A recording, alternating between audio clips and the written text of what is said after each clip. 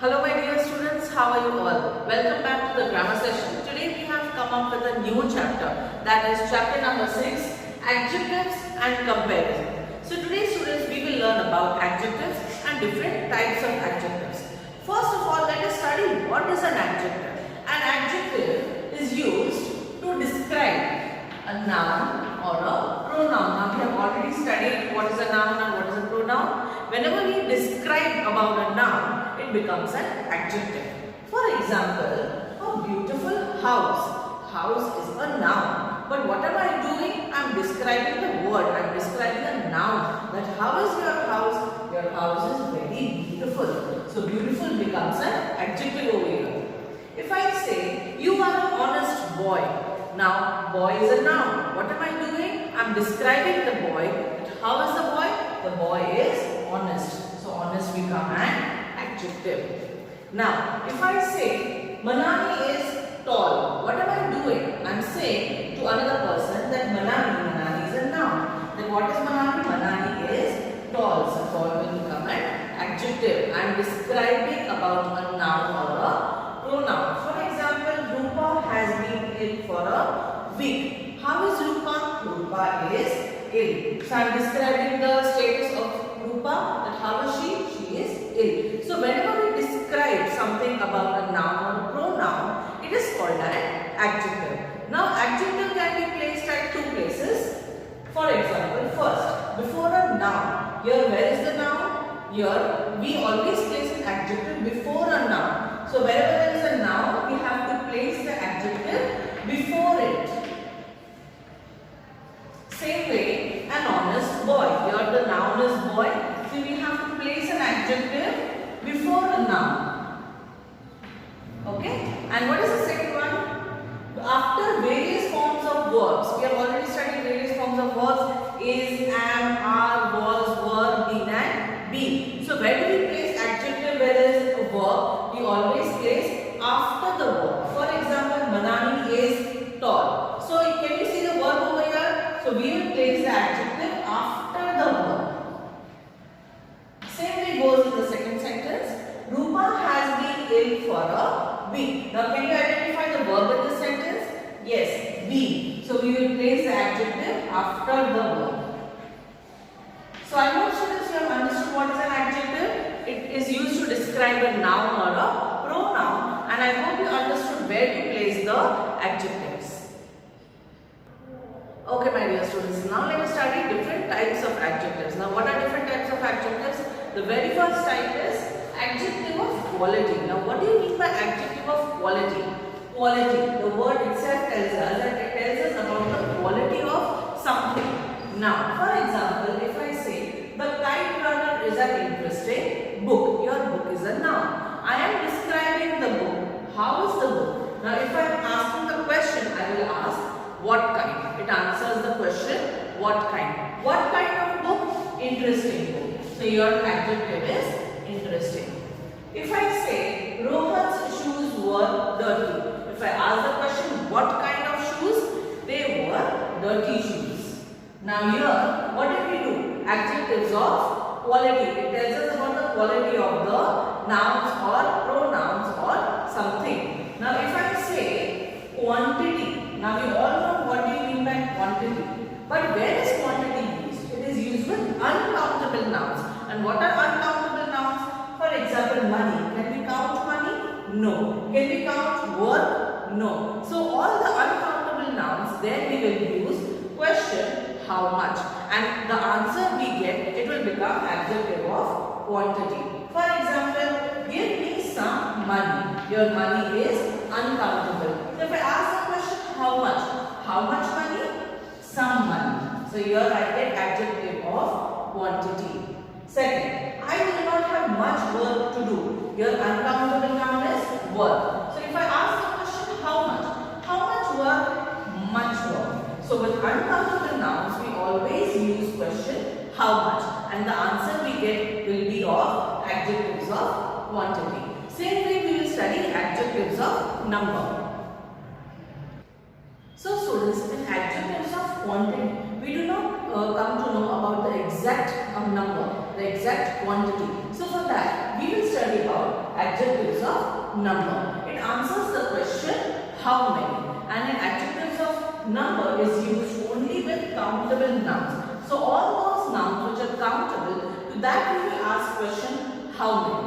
For example, there are 7 marbles in the box. If I ask the question how many marbles in the box? There are 7 marbles in the box.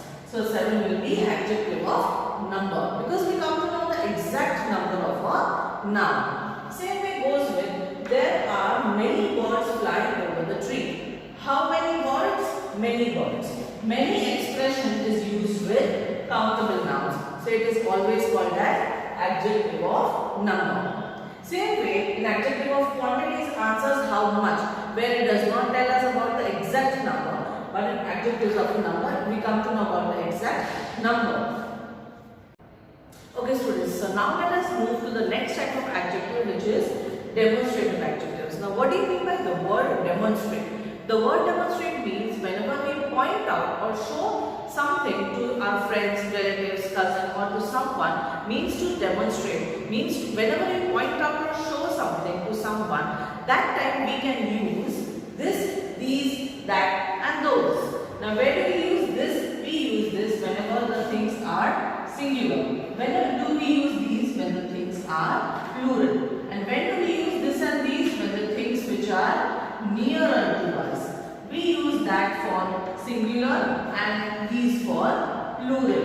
When do we use that and those? Whenever the things are far away from us. So whenever we are pointing out or showing something to someone, we can use this, these, that and those. For example, this bike is not mine. I am showing someone that this bike is not mine. Means I am pointing out to the bike. So whenever I point out, I will say this bike is not mine. Bike is nearer to me, so that is why I have used this over here. Bike is singular, so we will use this. Same way, I don't like those curtains. Now curtains are very far away from me, so I will use those. Why? Because curtains is plural, and for the plural thing we will use those. So all the things which are nearer to us, and whenever we want to point out, we will say this and these. And whenever the things are far away from us, we will use that and those. These are called demonstrative adjectives.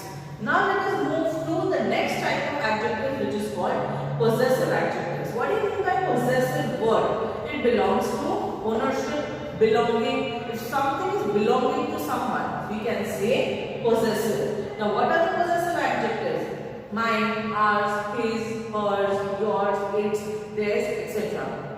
Now, it answers the question whose. For example, her suitcase is not properly locked. If I ask the question whose suitcase is not properly locked? Her. So, her will be possessive adjective. If I say, my friend lives very close to my house. Whose friend? My friend.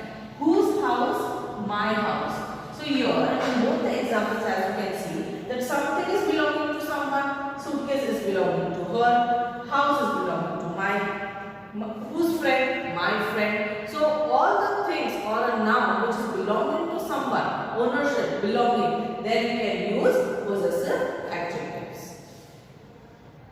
Okay students, after learning the different types of adjectives, now we will study degrees of comparison. Now what are degrees of comparison? An adjective is used to compare two or more people, animals and things. But the comparison is in the different form. If you compare someone with someone, for example, if you compare two people or more than two people, we can use different degrees. Now how many degrees are there? There are 3 types of degrees of comparison. The very first degree is positive degree. The positive degree includes no comparison. Wherever there is no comparison, we can say that it is a positive degree. How? For example, Arjun is a young man. Here Arjun is not compared to any other person. So this is called positive degree. Now young is an adjective. So when there is no comparison involved, it is called positive degree. Let us move to the next degree, that is called comparative degree. Now the word comparative itself tells us that there will be Now there will be comparison between two people, animals and things. It can be two people, two animals or two things whenever there is comparison. Now if we want to add something to the noun, what will we add? We will add R, ER at the end of the word to make it comparative degree, and to the nouns which we cannot add R or ER, we will add more. For example, Arjun is younger than Sushant. Now here there is comparison between two people, Arjun and Sushant. So this is comparative degree. Now if I want to add the adjective, what I can say? Younger. But to the adjective younger, what can I add? If it is a comparative degree, I can add ER at the end of the word to make it comparative word, comparative degrees word. Arjun is younger than Sushant. Same way, Sushant is more sensible than Arjun. In the second sentence again, Sushant is compared to Arjun. So here also we will use comparative degree, but the adjective sensible we cannot add R or ER. So to the words to which we cannot add R or ER, we will use more before the adjective. So we can say Sushant is more sensible than Arjun. So I hope students you have understood comparative degree. It compares two people, animals and things. And whenever you see there is a comparison between two animals, two person or two things, we will add R or ER to the end of the adjective, and to the nouns which we cannot add R or ER, we will add more. Okay students, so after studying positive degree and comparative degree, we will study about the third degree, which is called superlative degree. Now what is superlative degree? It compares more than two people, animals and things. More than two people, two animals and two things. So there we can use superlative degree. For example, Nihal is the youngest of the three boys. Now here Nihal is compared to the three boys. So here comparison is done between more than two person, right? So there we will use superlative degree. For superlative degree we can add ST, EST at the end of an adjective, and to the words to which we cannot add ST or EST, we will add most. So here the adjective is young. So to the adjective young we can add EST. So we have added EST. So young become youngest. Nihal is the youngest of the three boys.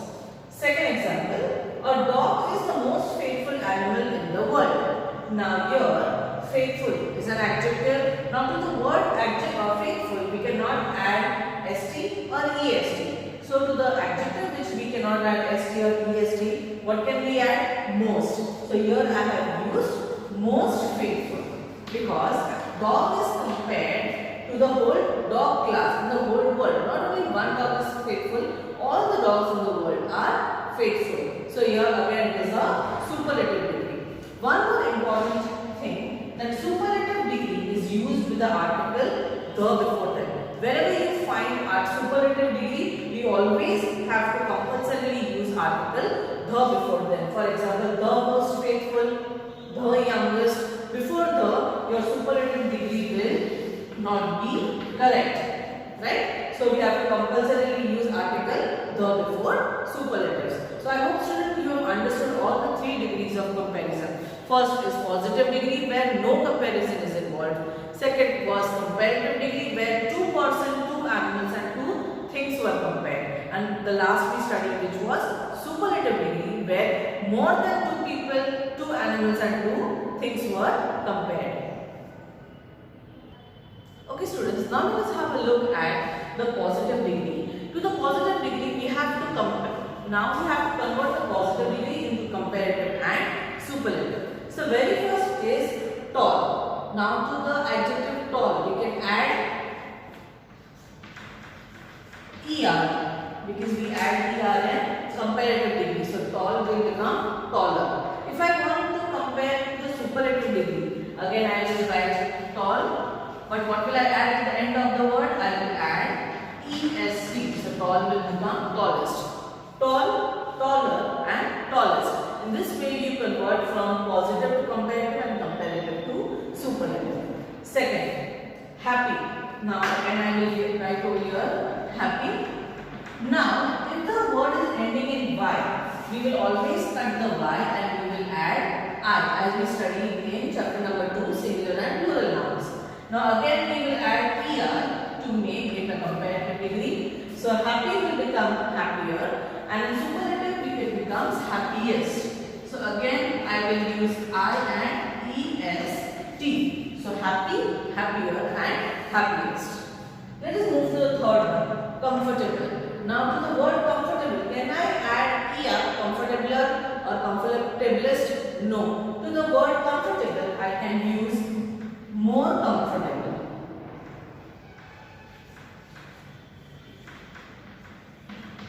And in superlative I will use most.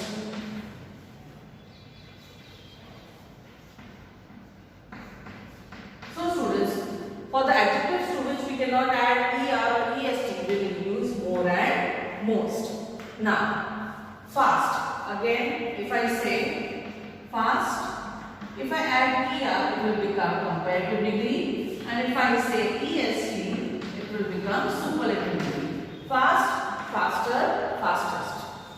Next, good. Now some adjectives change in irregular manner. Good cannot be gooder or goodest. We cannot say more good or most good.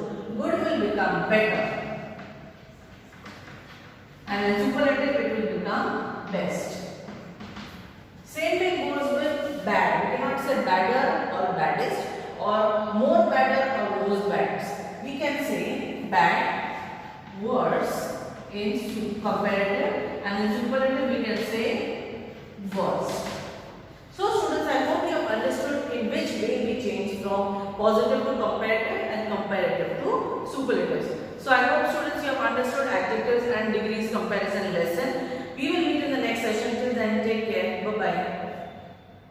Hello my dear students, welcome back to the grammar session. Today we are going to study about a new chapter, that is chapter number 11, adverbs. Now let us study adverbs. What is an adverb? An adverb tells us more about the verbs or adjectives. More about the verbs or adjectives means, for example, the cat purrs. Here the verb is purr. Now if I want to say something more about the verb purr, so I can say the cat purrs happily.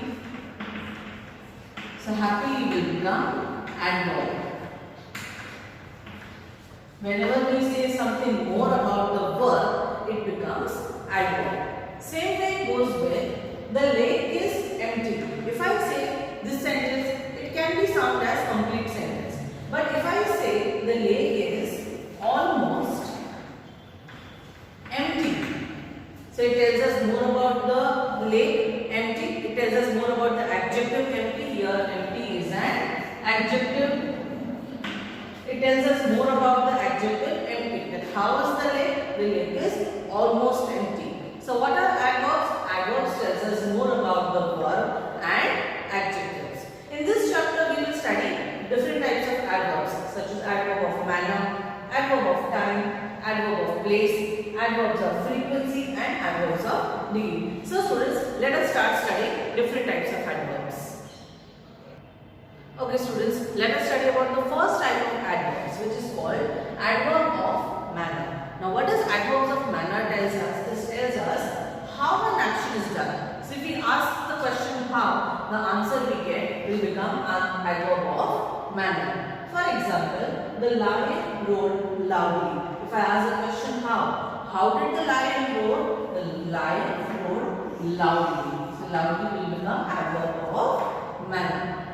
Second, my father drives carefully. How does my father drive? My father drives carefully. So carefully will become adverb of manner. So here, as you can see, if I ask the question how, it tells us how an action is done. So whenever you feel that the how action is done, that adverb will be adverb of manner.